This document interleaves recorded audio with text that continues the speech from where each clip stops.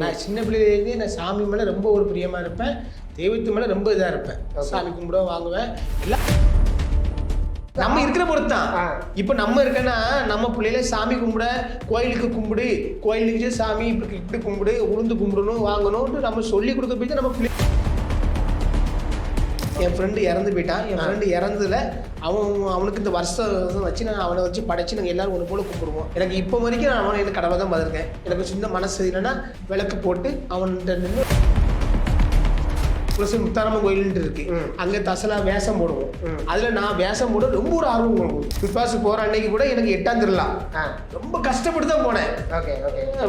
அந்த திருவிழாவை விட்டுட்டு போகிறோம். ஏன்னா நான் எனக்கு விவரம் தெரிஞ்ச வரைக்கும் அந்த திருவிழா தான் பாட்டிருந்தேன். அதை விட்டுட்டு போகிறோமேன்னு சொல்லி